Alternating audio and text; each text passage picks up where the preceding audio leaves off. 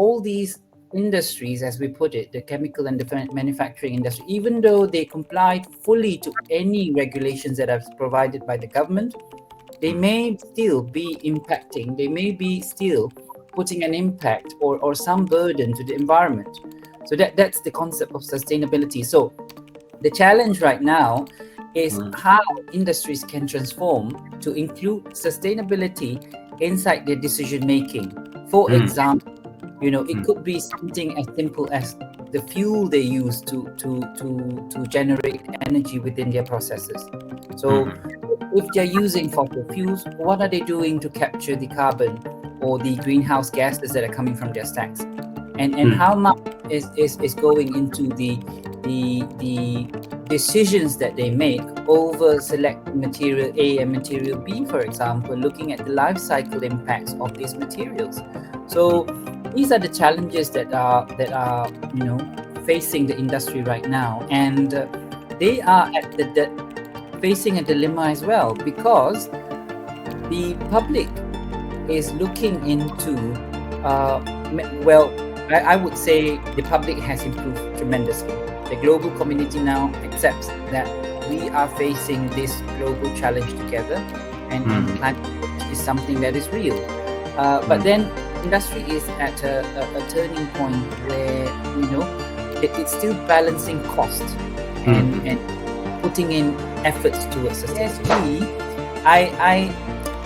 I like the idea that everybody is accepting that ESG is something that we need to look at very urgently, but I also resent the idea that everyone is looking at ESG as the sole solution to this global problem. Because if you look at the regulations around ESG, number one, most of the regulations that are around ESG is just requiring public listed companies only to disclose their environmental performance either through a sustainability report or through an ESG report. That's number one. And then if you look at the regulations, it's just to report. It doesn't go beyond that. And then this reporting should follow a certain international standards, for example, the Global Reporting Initiative or the SAS standards or whatever other standards. And you notice the irony of ESG is none of the regulations, none of the reporting standards are prescriptive. And that's something that is unique about it anyway. Nowhere in the regulations or nowhere in the standards say you must reduce your greenhouse gas. Like, how can organizations effectively integrate this ESG? Okay, ESG, frameworks into their corporate strategies, because when it comes to corporate strategies, now ESG is important, imperative. Those who are listed, okay, as you mentioned, but those who are not listed, unorganized players, now, startups and all these things. So base is happening. So how to solve this? How to bridge this gap? As a consultant, what going to be your recommendations? Okay, so there are two portions to my answer. The first one is needs, pertinence, Mirdul. Why do you need to have ESG in your corporate strategy, right? Why do you need to have sustainability and ESG in your business? So once that question is answered, it becomes a little bit more easy. So businesses that acknowledge that they need to do sustainability, they need to integrate sustainability into their business, will do so much easily and much voluntarily, right? And then the need can come from trying to promote and have a competitive advantage. That could be one need and one driver. Another one is the spillover requirements by clients, right? For example, you may have public listed companies, one public listed company is having 4,000 vendors on their system. So, if you're talking about ESG from these public listed companies, it actually spills over to who they associate themselves with, and this includes vendors, right? So the vendors need to demonstrate a minimum behavior to integrate sustainability or ESG in their operations. For example, if you've pledged labor laws or labor rights into your materiality, and you need to also make sure that the people you associate with, the businesses that you deal with, the vendors that you buy raw material from, are not in breach of this labor and human rights. So this is where the spillover requirements, I want to call it, becomes a need. So two parts there. One is the company internally develops a consciousness and an affinity towards integrating sustainability into their the business operations, and the other one is driven very much by client requirements, be it a public listed company or a government related company, where the client requires ESG, and therefore indirectly or directly they require ESG. So it's a spillover effect.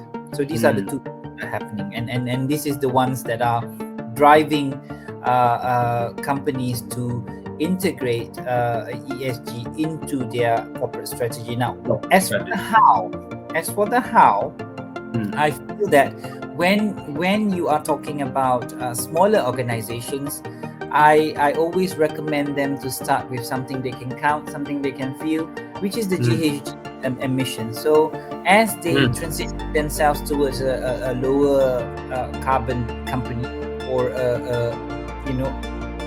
aligning their activities towards achieving the Paris Agreement and net zero, I think the others will fall into place. So with larger organizations, they need to look into the social part and the governance part as well. This is where it can involve technology, it can also involve policies being put into place. But yeah, I mean, it shouldn't be something that is very much complicated. It should be something that is, part of their business operation. So this is where I think it's important. And just to sum it up, I think what's at the heart of it is very much awareness. So the mass awareness on sustainability is still not there. So this is where, if governments are looking into this, if organizations are looking into how to get businesses to integrate effectively and quickly, it's the mass awareness, I think. What are going to be the top 3 trends in sustainability from your side? Top 3 trends in sustainability. Okay. So I think the first trend would be the use of GHG emissions and GHG inventories to make decisions at all levels. I think regulations are going to be built around GHG emissions. You're going to see taxations. You're going to see incentives to be provided. All these will be driven very much by GHG emissions. So I think that's number one. GHG is going to be a very central part, not only on how companies operate, but how governments and organizations, financial institutions are going to make decisions. So that's number one. Number two, I think, is the disclosure. The habit of disclosing information will change, right? In the past, no one wants to tell anyone anything. Everything was private and confidential. So with the rise of ESG, you're going to see companies being more and more creative in showcasing what they're doing, how they're doing, how they look at doing certain things. So the ESG disclosures will become more structured, more transparent. There's going to be a lot of data which is going to map where companies and businesses are going in terms of incorporating sustainability into their business. So that's number two. I think ESG will be disclosures. Maybe it will change name, I don't know, but disclosures will be at the heart of it. People will be having the habit of disclosing information. So that's number two. The third portion, I think, is when you're looking about trends, is the change towards affinity towards sustainability. And I think this is driven by the young generation, where they are rightfully or wrongfully, I'm not sure, but they are more aligned towards making sure that the global challenges that we face now are being addressed at all levels by companies. So they're looking at making it a trend, making it something that is of value, where companies are judged, right? They say don't be judgmental, but companies are being judged on how they look at the environment.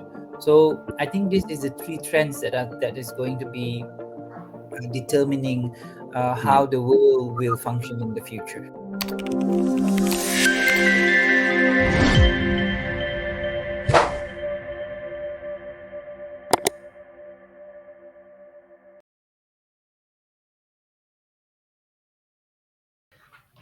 Okay, so hi everyone, this is Market Research Universe, and you are watching MRUnavigator with me, Mirdul.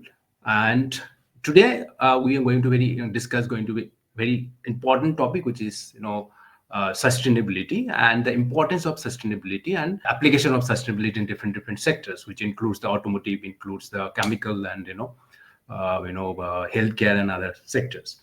Okay, because nowadays sustainability is no more a buzzword. This is the future, and this is the present, this is the future. And from the government perspectives, sustainability is somehow regulating now, and sustainability is most important to embrace nowadays when it comes to industrial perspectives, and also from government side also and all. Okay, so that's why today in this podcast we're going to deep dive with the sustainability. And that's why we have a very expertise, our guest Sajrin Sai here, and he's joining all the way from Malaysia. So welcome, sir. Hello, thank you for having me, Mirdul. Hello from Malaysia. Yeah, thank you. So Sajin Sai is the founder and director of Galaxy Tech, Solutions, which is, I think, a ESG and a sustainability consulting firm. And he's also a chemical engineer and professional, technologist, environmental consultant, ESG, and a consultant. Also, he is a professor and adjunct professor in various universities. So with this, I will start with you, sir. So this is what I know about your your profile and your professional profile and all. But could you please help us and our audience to give more understanding about your journey, how you started your journey in this ESG and sustainability sector? What excited you to start your your journey in this? Yeah, could please enlighten us your journey on that.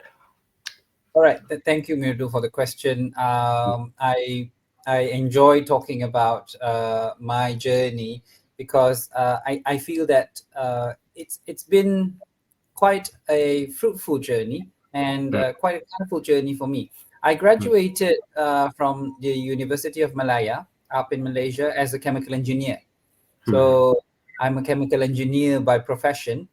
And upon graduation, I think even during my undergraduate days, I've always been inclined to the environment. I've always been interested in subjects related to the environment. And fortunately, I had a mentor back in the university who was at that time already talking about sustainability. Then when I graduated, I joined to pursue my postgraduate studies, and my research has always been into environmental related applications. I started working on wastewater technologies with my mentor. And over the years, we were involved in government projects locally here in Malaysia, starting from cleaner production, which then became industry. And after a while, we were no longer the weird ones out talking about sustainability in chemical engineering, because in chemical engineering, everyone wanted to be in the oil and gas industry, right? After a while, we became the reference point for sustainability, and what now you see as ESG, right? So industries are talking about ESG, where things are looking like they are transforming from something that was voluntary to something that's regulated, as you mentioned before. So I've been involved in education, trying to get people more aware on sustainability. I'm involved in research involving sustainability. And basically, what I'm trying to say is I eat, sleep, drink sustainability. That's good. That's good. That's great, actually, because sustainability is imperative now. It's imperative now, because without sustainability, will no more the Earth will no more survive for long. I think what I can feel, because of this global warming and all these pollutions happening. So I think lot of sustainable influencer, sustainable consultant should come forward to solve this out. And also I think the government side also sustainability need to be more regulated, because so that's why I think you are the best person to give us that understanding, that how you think that how much it is important now when it comes to sustainability for different industries now. Now start with the chemical industry, because you are chemical engineer. So why not we start with the chemical industry? And because chemical industry is an industry where most of the that chemical productions is happening, and because of that, that all carbon emissions and all these things happening. And this is actually one of the major reason that costing this global warming, causing this global warming and all these things. So that's why, could you please enlighten us on that part, that how sustainability and all this for the case of chemical industries and all, and why it is very important for this industry? Okay, so I'll start with why it is very important. I think we've established over the last decade, over the last 5 decades, we've seen tremendous developments in technology, in industrialization. And this is very much put the chemical sector as an important player, because when we look at manufacturing, when we look at our daily lives, when we look at activities, human activities, as we know it right now, very much involves chemicals and materials, and this is something we cannot do without. And what's important is these industries that are producing the materials and the chemicals that is so much important to us are putting a very heavy load on the environment, and we are looking not from a perspective of pollution. We're looking at the perspective of sustainability. I give you an example, Mirdul, before I explain further. Sustainability may not be something that people can pick up easily, not like pollution. Pollution is easily understood. I take a chemical, I pour it in the river, fish starts floating, that's pollution. Everyone understands. But sustainability is not really easily understood, because you're looking at a horizon. You're looking at what will be the impacts of doing something over the next 10 years, over the next 20 years. Even though all these industries, as we put it, the chemical and the manufacturing industry, even though they complied fully to any regulations that are provided by the government, they may still be impacting, they may be still putting an impact or some burden to the environment. So that's the concept of sustainability. So the challenge right now is how industries can transform to include sustainability inside their decision making. For example, it could be something as simple as the fuel they use to generate energy within their processes. So if they're using fossil fuels, what are they doing to capture the carbon or the greenhouse gases that are coming from their stacks? And how much is going into the decisions that they make over selecting material A and material B, for example, looking at the life cycle impacts of these materials. So these are the challenges that are facing the industry right now, and they are at the facing a dilemma as well, because the public is looking into I would say the public has improved tremendously. The global community now accepts that we are facing this global challenge together, and climate change is something that is real. But then industry is at a turning point where it's still balancing cost and putting in efforts towards sustainability. Okay, so let's take the energy sector, for example. Let's take the energy sector, and in Malaysia, the electricity generation, the power generation is very much still dependent on Yeah, fossil. we can also, yeah, go ahead with energy also. Yeah, yeah. Yes, and this is very much driven by materials that are being produced by petrochemical companies like Petronas in Malaysia. And if you look at regulations, it is still very much the, I want to call it, classical approach, where you're looking at abiding by discharge standards. So, for example, up in Bintulu, this is where most of our fossil fuels are being generated.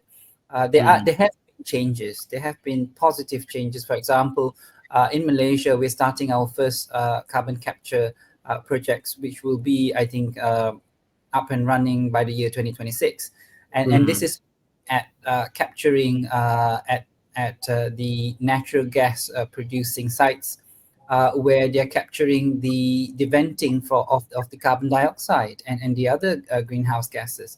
So while these are starting as a voluntary and a heroic act by these companies, I think even in Malaysia, we are looking at regulations coming up. For example, that there's a new regulation that is being drafted.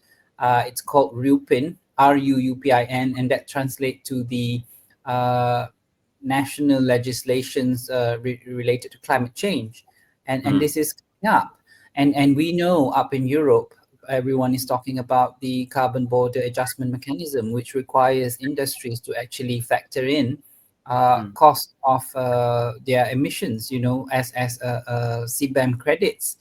This is a form of taxation, and it's really something that the chemical and the manufacturing industry needs to look at. And this doesn't stop with fertilizers. It also involves materials like aluminium, iron, hydrogen, and many other things. So regulations are coming up, and in many forms.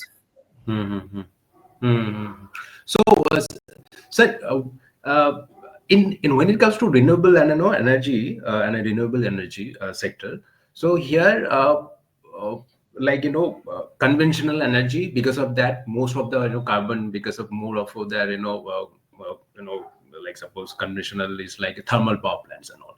Because of that, actually, most of the carbon emissions happening, and because of that reason, I think the 70-80% of electricity is still coming from thermal and all, coal driven and all. So that's why this is one of the reason that this global warming is happening. But when it comes to sustainability, to balance that out, okay, so now we all started using renewables and all, but how much you are thinking that how much it will take time that to balance this up, and how this sustainability kind of regulations and these policies, how much it will take time to balance this out, because we think we are in emergency now, in the world, in earth we are in emergency now, because if you delay much, then it may be causes a very devastating situation or earth. So on that perspective, how much it will take some time that from your side as a consultant, and what are the points to be taken care to make it as soon as possible? Yeah. Okay, so how much time? Unfortunately, I'm not a fortune teller. I will not be able to tell you how much time, but the urgency is there, and it's very much driven by finance. I think it's driven by the economy, and I think everyone has the right idea. We need to make going sustainable not an additional cost. We need to make the moving towards a low carbon economy as something that you factor in as a cost. For example, nobody questions when you put in investment for safety, right? Nobody's going to question that you're spending extra money, which is not even extra anymore, to put in harness for people who are working to clean windows of a high-rise building, because it's a requirement.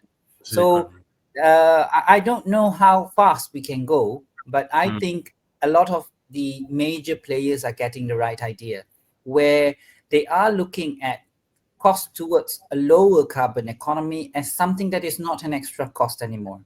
So I think this is where the transition needs to happen, where the general public needs to also accept this. And I think we are at the time where the buffering is happening, where everyone is actually factoring in the cost, and everyone is putting up plans to see how can transition into a low carbon economy without much impact to those that are likely going to be very much impacted, the vulnerable group, for example. This is where I think, interestingly, if you were catching up on the World Economic Forum, a colleague of mine, Professor Mahendran, presented a paper on return on value. So, even the people who are experts in economy right now are proposing the idea of when you're putting up investments, we're looking at return of value and not just return on investments, which means your impact towards the environment, your impact towards achieving our decarbonization targets, achieving the Paris Agreement net zero commitment, is something that is being considered as value, and this is being correlated as within the monetary scale, so that people can appreciate that. And I think that's what's happening in the renewable energy. Of course, when you talk about renewable energy, in different parts of the world, certain people are lucky to have certain things. For example, up in Europe, the community there, or because of the locality, the geographical location, they're a bit more lucky to have more wind turbines as a potential source of renewable energy. In Malaysia, we're not so lucky because the Mother Nature didn't give us good wind, but we do have sun. So in Malaysia, you see a lot of renewable energy starting from solar panels. But people are talking about newer things like the wave energy, for example, tidal energy, for example. Even though we don't have geothermal, which is very well established in some parts of Europe, for example, and I think there's a group of people, interestingly, which caught my attention, who were working on the OTEC technology, the ocean thermal technology, and it said that if they can actually harness the ocean thermal energy, it will produce 1.5 times the requirement of energy in Malaysia. So we're looking forward to that. And yeah, I think there has been movement in renewable energy in Malaysia. And it's very much driven by requirements and driven by the demand and driven by the understanding of the global community to reduce greenhouse gas emissions from energy generation and consumption. So as we understood that chemical and energy perspective, so what about that agriculture and food industries and all? So could you please enlighten us on that part, food and agriculture industries, and for the case of sustainability and all? Okay, so for Malaysia, the agriculture is the major activities in agriculture you'll see very much involved in the palm oil industry, and a lot of discussions are taking place, talking about land use change, deforestation. There are discussions on products that are coming out from palm oil and how this will be subjected to the EUDR, for example, the European Deforestation Regulation. Yeah, I mean, we are managing that, and I think the strategies that the plantations are looking at, of course, is still looking at managing the scope 1 emissions, looking at fertilizer use, looking at how they are managing their waste. For example, in the palm oil, the empty fruit bunches, these are a part of the biological waste that is being generated from the process. And then, of course, you have your pomme, which is your palm oil meal effluent. And these are things that need to be managed. And we've planted and managed palm oil meal plantations, palm oil mills, in fact, for many decades now. And I'm quite embarrassed to say it's not even met. It is most of the industries have all of the industries maybe are not meeting the discharge standards set by the government, and they have a lot of workarounds. But now you see a lot of industries when you enter the agriculture sector, when you enter the palm oil sector, you will see that no waste is generated because everything goes into Some they kind of call it, application. it becomes fuel, Okay, or it favorite. goes anaerobic digestion and generates biogas. So this is what's Okay. happening. There are new efforts that are Mm, transforming the agricultural sector to become more sustainable. And I'm just talking about palm oil here. We also mm. have rice in Malaysia. Of course, we also have the livestock farming and things like that. But the majority of it, I think, a lot of the Palm oil. discussions, majority of it is still palm oil. Okay, okay, okay. So when it comes to Malaysian agricultures, though mainly driven by palm oil, am I right? Yes. Hmm. And then followed by rice also. Well, I wouldn't say followed by rice, but we do have rice. Hmm. We do have rice. I think not enough to export. Hmm. We are importing rice Only still. domestic users. A lot of Okay. rice. Yeah, but on the top of my head, that's what I can think of when we talk about agriculture. We do have rubber. Okay. I think we have a plantation about 1.2 million hectares of rubber. Hmm. But our rubber is not doing so well, not so flourishing like what we see Thailand is doing, or Hmm. Indonesia, or the Ivory Coast. And I've Hmm. just named three biggest rubber players in the world, right? And yeah, but we still do have 1.2 million hectares of planted rubber plantation, but only about half of that is being tapped. So Hmm. that's the problem with rubber.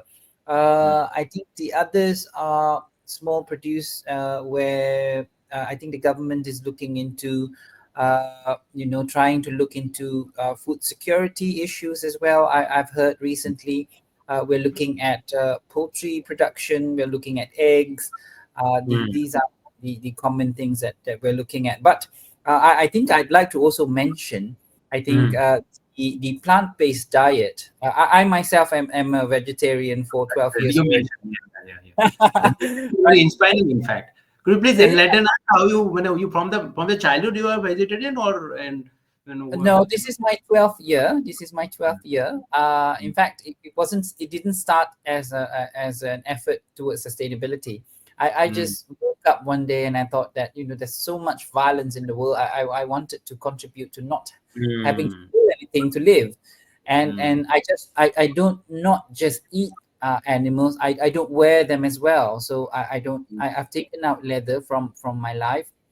I've taken Hmm. out silk from my life, Hmm. and I'm still doing very well, if not very much healthier. No, no, no, you're looking, handsome there over there. Oh, thank you. Thank you very much. Yeah, yeah.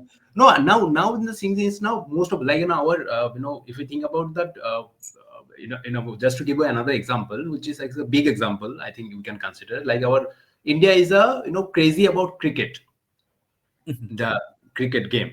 And the king, we have the king Virat Kohli. Okay, he's the captain. He was the captain. Now he is the, the best batsman, one of the best batsmen in the world, and in definitely from India. So he actually, from last 10 years, decade now, he only having vegans. And he mentioned in their interviews, in his interviews, also a lot of interviews, he mentioned that, these are like, he was very crazy about this, non-veg and all, and because of this, discipline in this, cricketing game and all these things, he started having this. And his dietitian, suggesting him to, be vegan, and he's doing good. He's doing good. He is, performing well. Health wise, he is really good, looking good, and all. I think the same goes with you also. Then I think we should. I think I also start. I should also start thinking to become a vegetarian now, vegan. Because Yeah. yeah, at the end of the day, we are somehow now, we are grown now. We are now living in a, society which is very progressive now.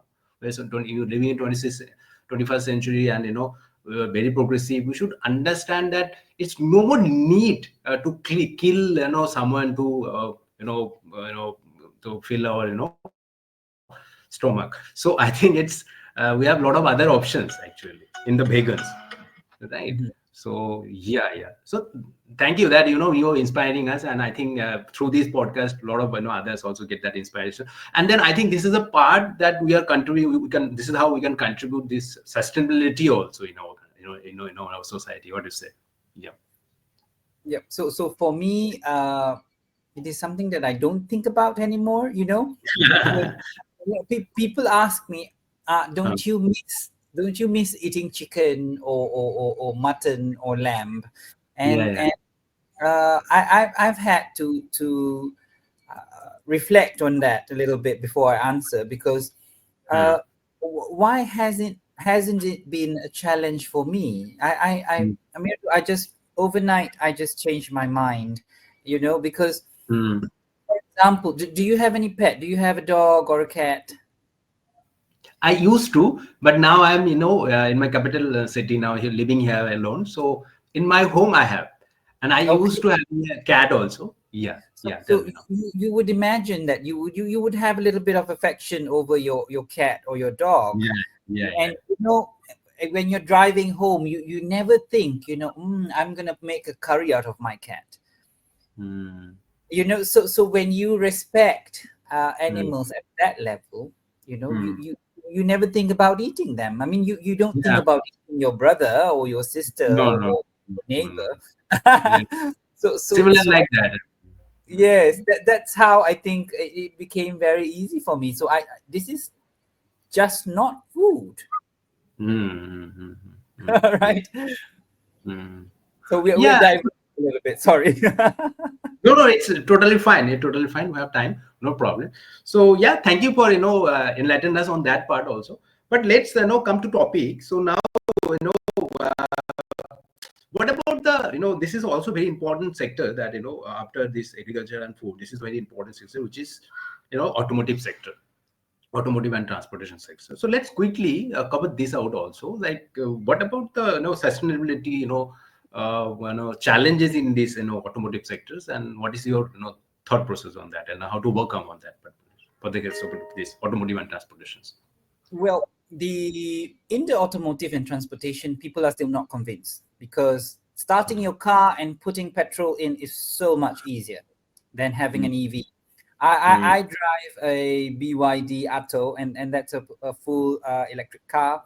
I've mm, not had any challenge, running my car, even though sometimes I forget to charge. It becomes a little bit of a challenge. But either way, I've not been stranded anywhere as yet. mm, mm, And I think the important thing to answer the question of how can we accelerate transition in the greener future is to get people to be aware of what are the changes that will happen when the global community transitions to an EV, because you mm, still get, I would call them smart people, trying to debate that, what happens to the battery after the car reaches its end of life. And mm, then I always answer by saying, in order for us to answer that question, we probably need to do a full life cycle assessment. But as mm, we are talking, you mm, and me here now talking, Mirdul, I think mm, technology has advanced so rapidly that minerals, as they are extracting out of as they are being extracted out of the earth, people mm, are looking into not extracting further by mm, using up first minerals that are already above ground. So circular mm, economy is something that is happening, and technology now is not like technology before. So as uh, cars come to end of life, as wind turbine comes to end of life, as solar panel comes to end of life, I think more and more now we see it going into a circular economy environment where mm, these minerals and metals and iron mm, are being recovered into mm, more useful, or even into its original form, where a solar panel might very well be generated into a solar panel again. Similarly with cars and its batteries. So mm, I see that this is where the industry can actually adopt circular economy and get people on board, and this will make things transition faster. And of course, one of the challenges, I think, not just in Malaysia and everywhere, in Europe, of course, you see a lot of electric vehicles moving around. So charging facilities are not something that is people think about anymore. But in many states, in countries like Malaysia, the infrastructure is still not there. So I think transition. I think we are at the point where transitioning is happening in the major cities in Malaysia. There is definitely no problems charging your car, and I think more and more so over the main highways, this is also the case. But as you go into federal roads, that can be a challenge when you're using electric cars. But other than that, I think it's not a problem. Now, also happening in Malaysia, in states like in Sarawak, they're also looking into developing a production of sustainable aviation fuels, SAF. That's something that is happening as well, where the aviation's industry are looking into transitioning towards sustainability as well. So apart from that, I think in the peninsula of Malaysia, we're also looking into reinventing the railway segments, where a lot of the trains are now electric. So yeah, this is something that's happening in Malaysia, and I think everywhere in the world as well. When it comes to electric, mean driven by electricity, or you are talking about battery driven, or because there are already hydrogen driven trains also there, and then over the time car going to be a hydrogen fuel driven also. So what about that? Okay, so the cars definitely, because they're not connected to any wiring or grid system, so they need batteries. But trains they are actually connected, so they don't have batteries per se. Maybe they have batteries for backup and not, but normally they are attached to a system, and they consume as they go. So that's happening as well. That is I think considered as a conventional, because nowadays most of the earlier it was steam engine driven, and then all diesel engine driven and all these things. Now most of at least in our country, all the trains are electricity driven. But in India, what we are focusing on now, there are one or two they are already launched hydrogen driven trains. So this is I think going to be the good step towards sustainability, I think. Okay, and Yes. none of that. And when it comes to car, I think in India, what I can say is like same problem we are facing also. Okay, like similar, like we are somehow aware about our customers, our Indian, we are aware about that this is we should we should stop using the IC engine driven cars and all, but we should use, because of sustainability and growing, we should use the electric vehicle. But the main problem that we are facing the similar, the infrastructure issues, charging infrastructure, because in roadside, as I told, I think in Malaysia the same issues happening. So I think this is one of the in everywhere this is a big challenge now to adequate this infrastructure and all, because otherwise people will not convince actually to get this purchase these electric vehicles, because for at least for long road journeys and all. For short in urban cities, in circle of cities, then it's okay, but wrong. So you have to think on that perspectives on the all. But being a consultant, what going to be your suggestion on that case? How government should adequate this? Is there any particular inside your brain that this is one of the solutions can be done through government sides, or policy need to be done to on that case, but adequate the infrastructures and all other? Okay, so funnily enough, in Malaysia, the challenge is not really the regulations, but it is the business model. So most of the time, the maybe regulations as well, but this is being solved, Mirdul, and it's being solved quickly because everyone sees the need. For example, right now, the regulations and the bylaws in the municipalities has not had proper provisions on installing charging stations in buildings. So these are being changed at the moment, and the business model that I was talking about is where most of the charging stations are either at petrol kiosks or at shopping malls, for example, and everyone is trying to make quick buck. So this was the challenge earlier, because in order for I give you an example. In order for a company to install a charger at a shopping mall, they need to rent out the space, the parking space from the shopping mall, and because of the new provisions by the local municipalities, local authorities, which takes months to approve. The money starts bleeding out from these companies, because the shopping mall will start to charge rental even before they are allowed to set up and open for business. So funnily enough, this was the feedback that I got from the businesses that were trying to set up infrastructure.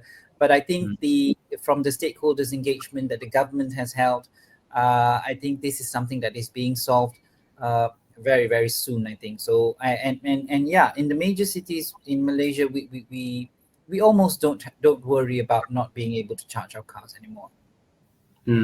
Interesting.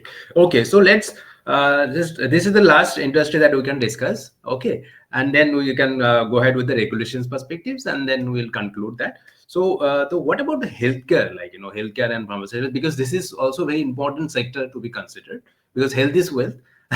But this healthcare industry is also somehow generating a lot of this global warming issues and all these things. So I think sustainability should also be considered in healthcare and pharmaceutical industries and all.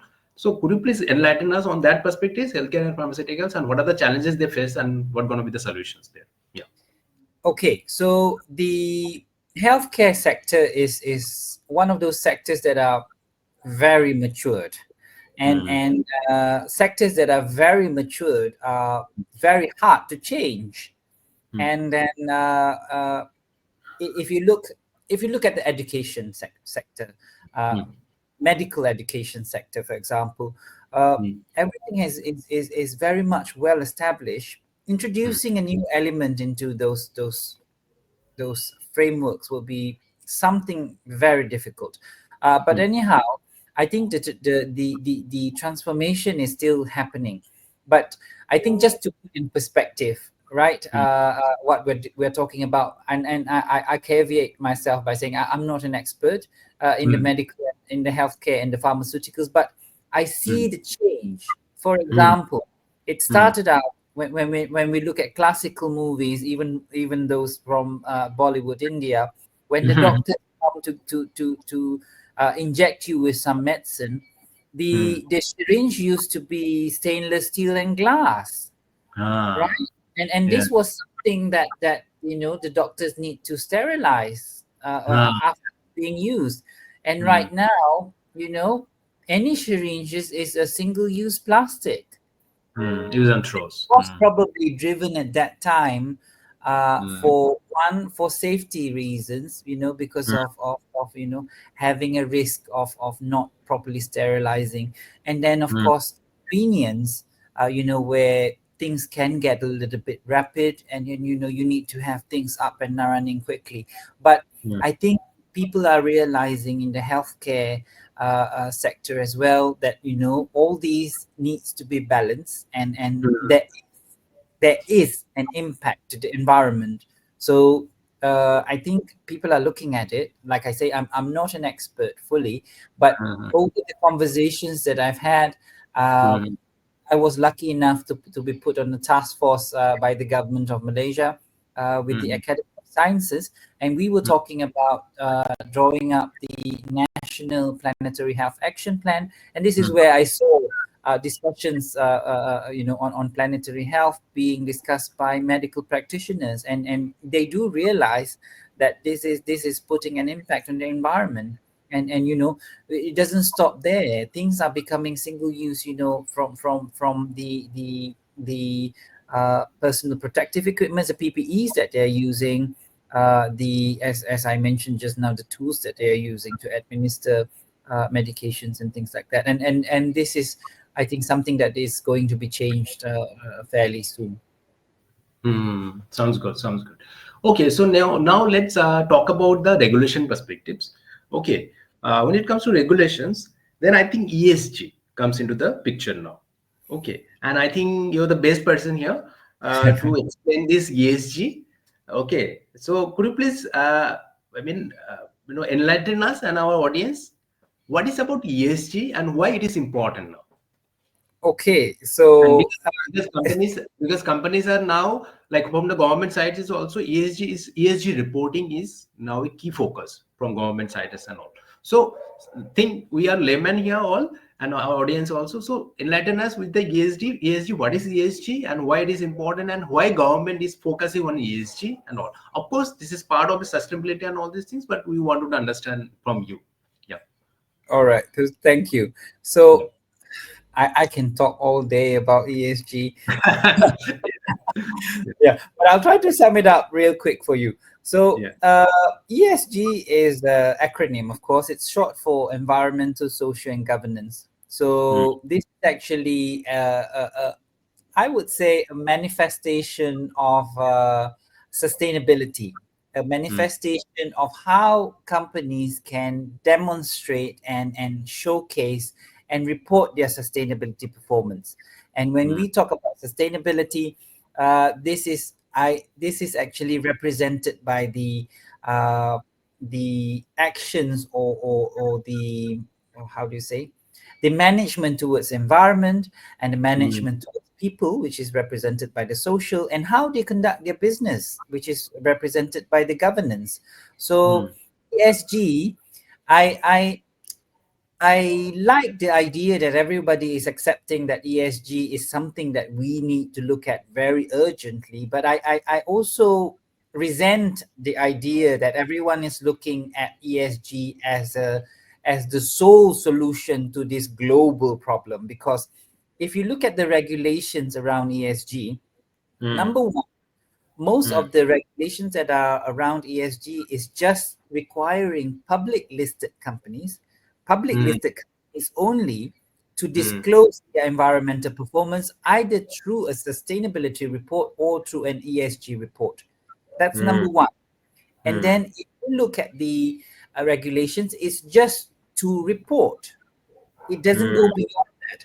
And then this reporting should follow mm, a certain international standards, for example, the Global Reporting Initiative or the mm, SAS standards, or whatever other standards. And you mm, notice the irony of ESG is none of the regulations, none of the reporting standards are prescriptive. And that's something that is unique about it anyway. mm, Nowhere in the regulations or nowhere in the standards say you must reduce your greenhouse gas emissions. So this is the unique part. The mm, ESG disclosures that are required are that you disclose what is your performance as yet now on mm, your greenhouse gas emissions inventory. How are you doing?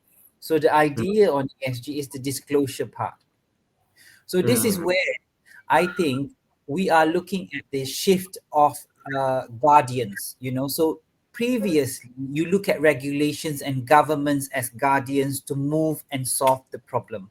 Now mm, with G, you are democratizing this guardian's responsibility to become a guardian, because once you disclose, so mm, now the decisions and the impacts will come from investors, will come mm, from clients, will come from customers, vendors, the community. So mm, everyone is looking at these disclosures to decide whether this company is behaving as it should in terms of its stewardship towards sustainability.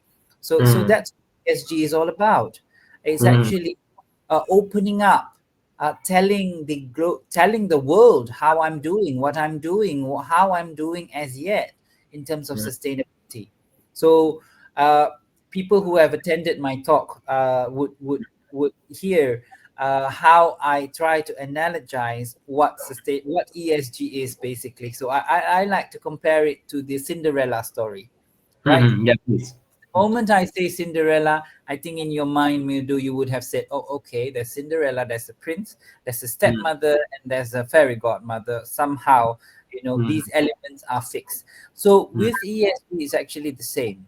So first, is the materiality. So that's the Cinderella, the materiality portion, where companies and businesses acknowledge that, you know, my business activity has an impact on the environment, it has an impact on the social, and it has an impact on the business. So that's the materiality portion, the management portion. That's the first element. Okay, so now that you've acknowledged, what would be your end game? So that's your target. That's the second element of the ESG. We have only four elements, right? And then the third element, now that you have a target, you have a destination, how do you get there? Cinderella got to her destination in a pumpkin, right? So that's the strategy part, the third portion.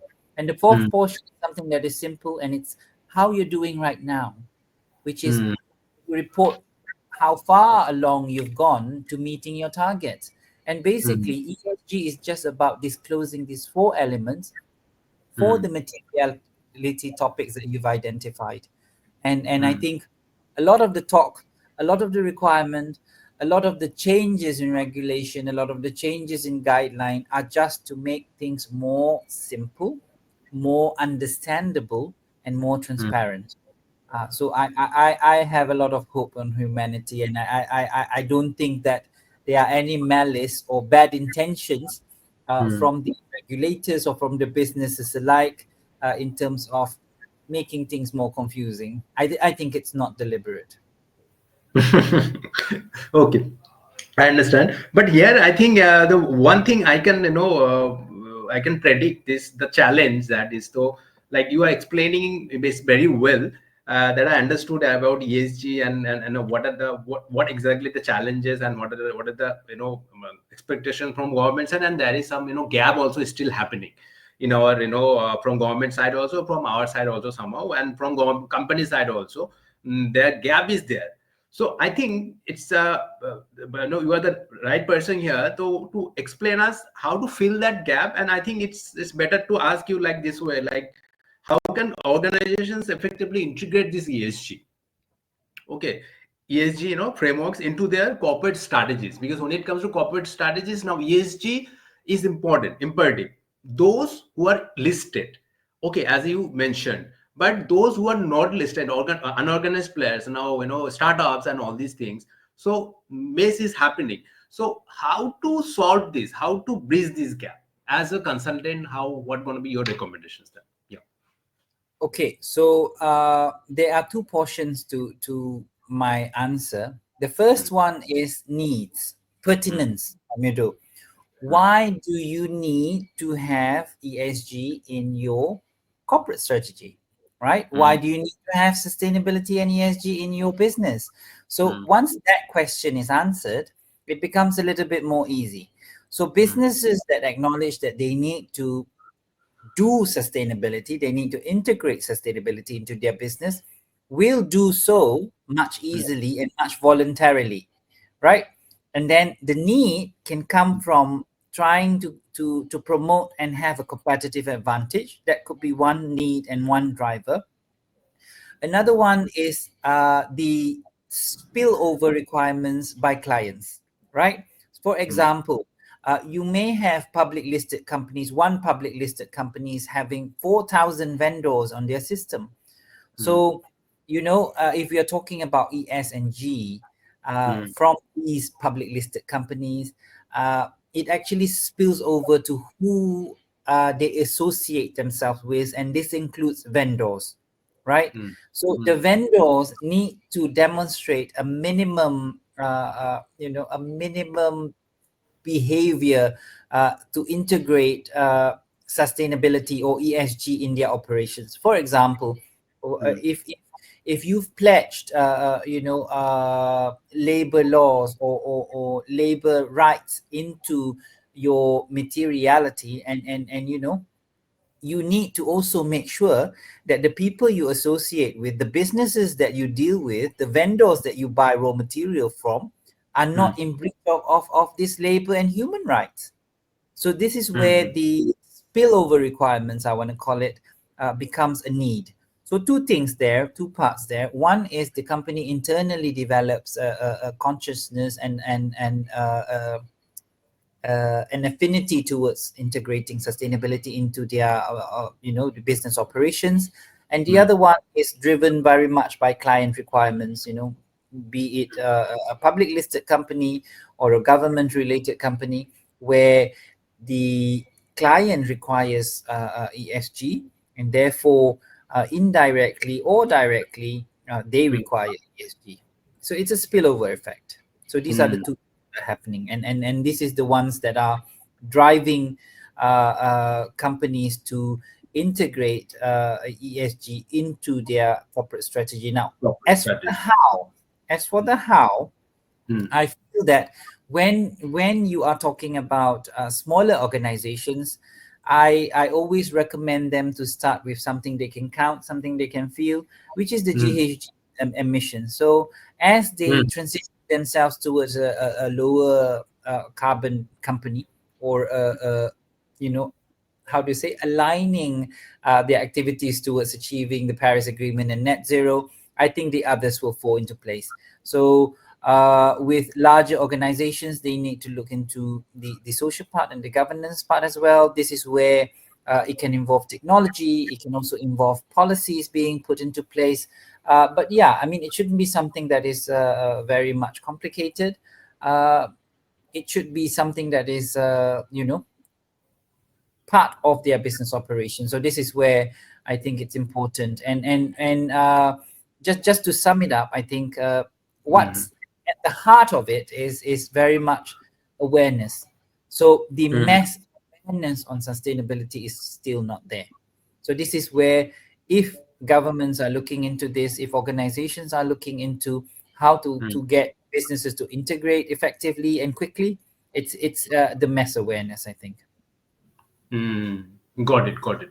I think that is enough for us, and our audience and all the strategists there over there who are watching. We're gonna be watching this podcast, or especially the CXO levels and corporate strategy makers. Then they should understand this, why it is important for the ESG and all, and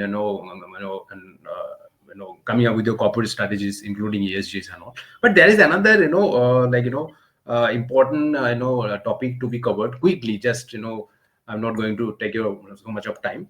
So that is carbon footprint.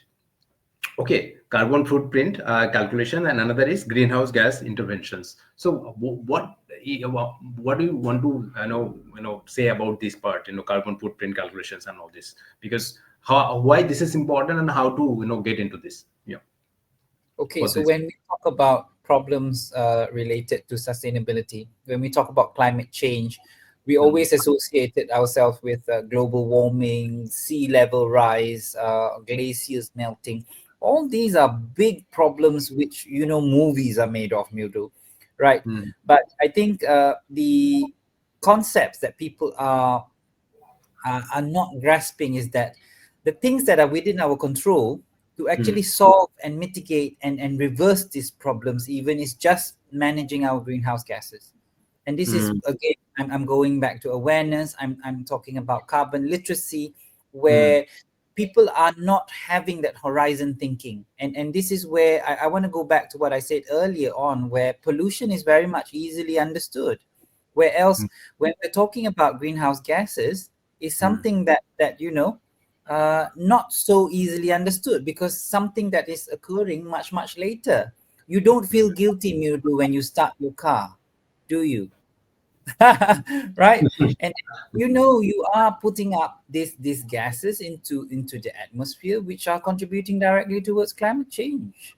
So that's what I think people need to understand. Got it.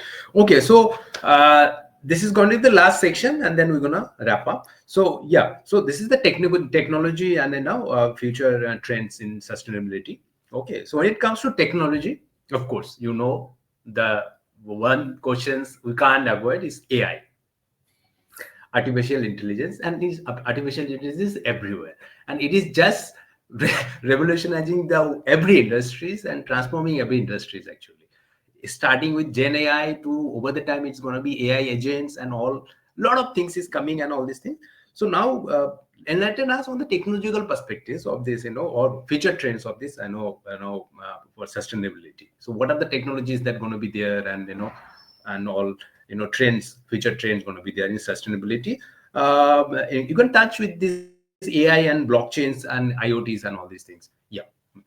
Okay, so I'm just gonna, because I think I've taken a lot of your time, No, and no, I yeah, can we're talk gonna, endlessly on this. yeah, So yeah. IoT is not something new, but it is important now for us to be able to collect and manage data, and when you're doing a framework towards managing sustainability, a lot of data is required. So IoT will make sure streams of data collection can be automated. Streams of accurate and representative data can be taken timely, if not live, uh, uh, and very accurately. So that's where IoT will play a part. IoT will play a role. Now, blockchain is very much going to be contributing towards increasing the traceability and increasing the transparency of this data, the integrity of this data, the tamper proof of this data, because that's what people are talking about.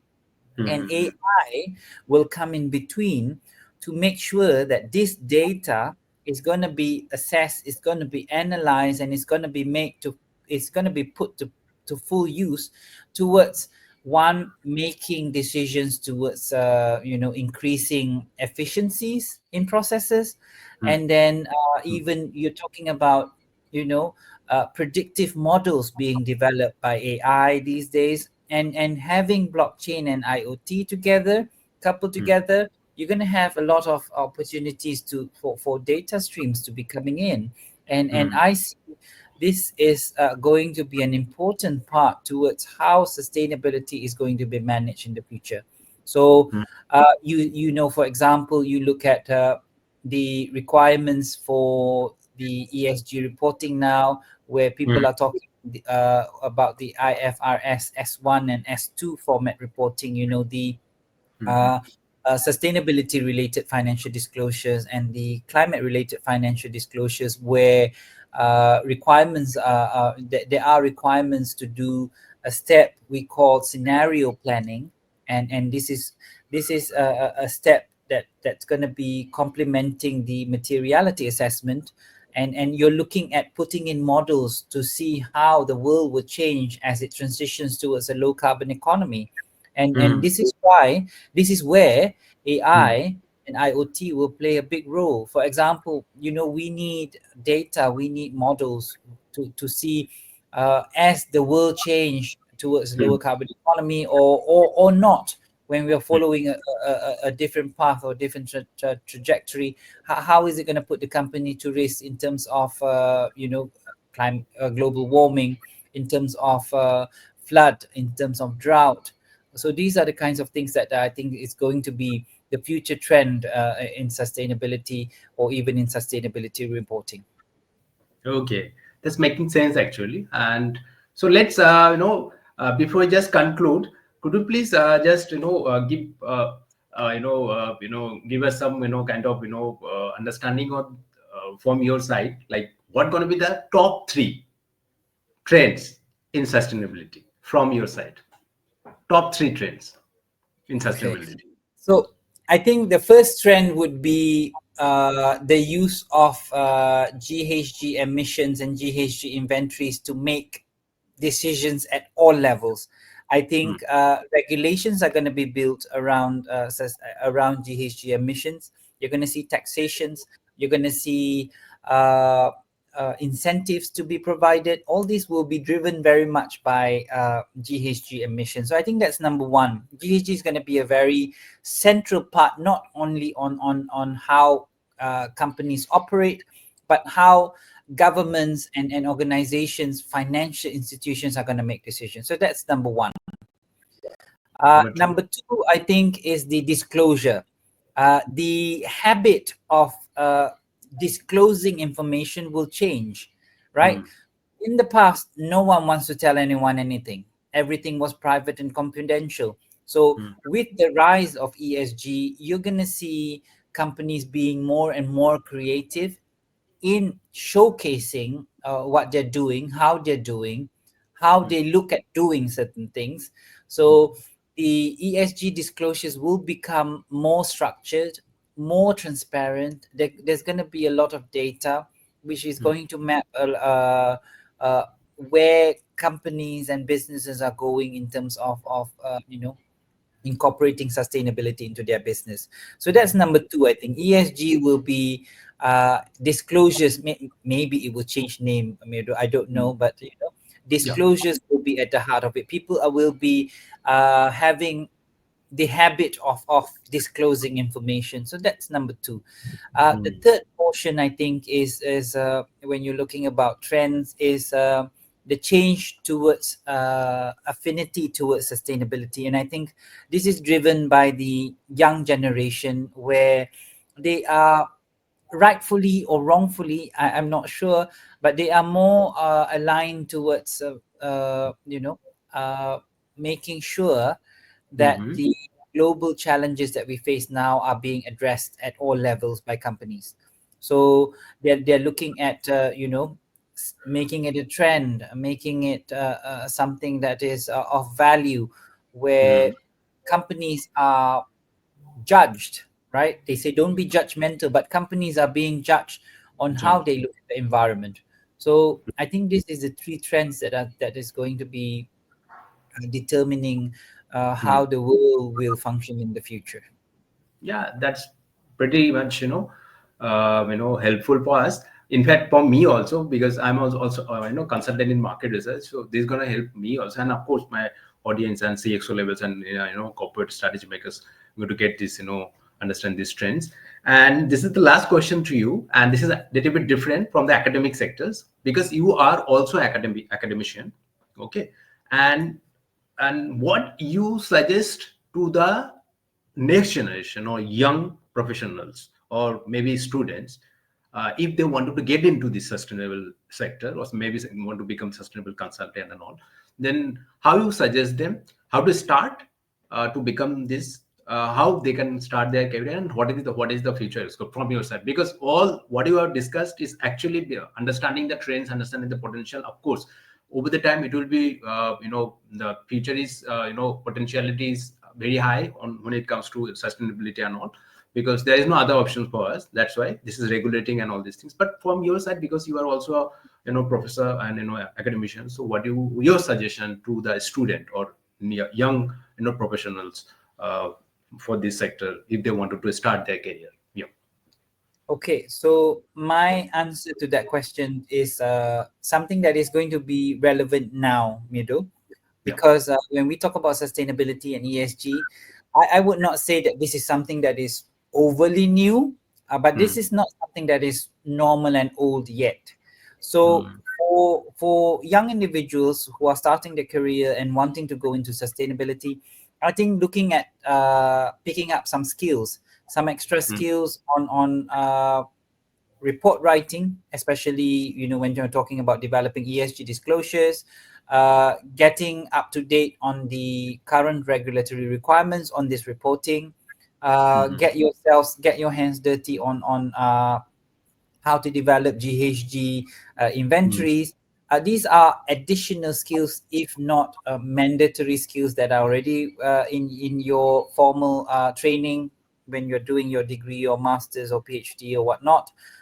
mm, This could be extra skills that will, I would say, put you on a launch pad when you're mm, trying to develop a career in sustainability. Now, the other things that you should be looking at is getting to know the current trends and the current technologies that are available for carbon capture and low carbon technologies that are in the market. Because apart from just being a consultant on ESG disclosures and GHG quantification, a lot of mm, companies require a lot of assistance in terms of developing their decarbonization roadmap. It means not just developing policies and implementation strategies towards decarbonization, but actually also advising them on integrating technology towards how companies within their operations can reduce, mm, power consumption, increasing efficiency in power, or even, water and waste management. So these are auxiliary not even auxiliary. This could be the main contributing skills towards developing a decarbonization roadmaps for organizations. So that I think this is something that the three things that young individuals who starting their career should be looking at, having more to offer on the table. Making sense, making sense. Also, could you please make it very simple for our students and professionals who wanted to enter? Is there any certification required to become a ESG consultant, or anybody can start as of now, just having Okay. skill? So for me, I I'm not one personally to support paper qualifications, right? Yeah. However, if you're looking for a branded kind of recognition, I know global reporting initiatives offer training even online for you to get certified as an ESG practitioner. Of course, there are training providers that do the same as well, and within LinkedIn and all these larger larger academic institutions like Cambridge and all this, they are producing now what we call micro credentials, where individuals can actually go in and take short courses and develop skills. So the skill sets that they need to pay attention to is very much related to what I mentioned before. But how you obtain this skill set may not necessarily just to attach yourself to an organization and then have a degree on sustainability, for example, because that's not what people are looking at. People are actually looking at your how ready you are to actually provide the service. If they're hiring you as a CSO, how ready are you to actually write up disclosures for the company, draw up a decarbonization plan for the company? So to make it simple, explore Coursera, explore LinkedIn for micro credential courses, looking into sustainability, looking into specific skills like GHG inventory,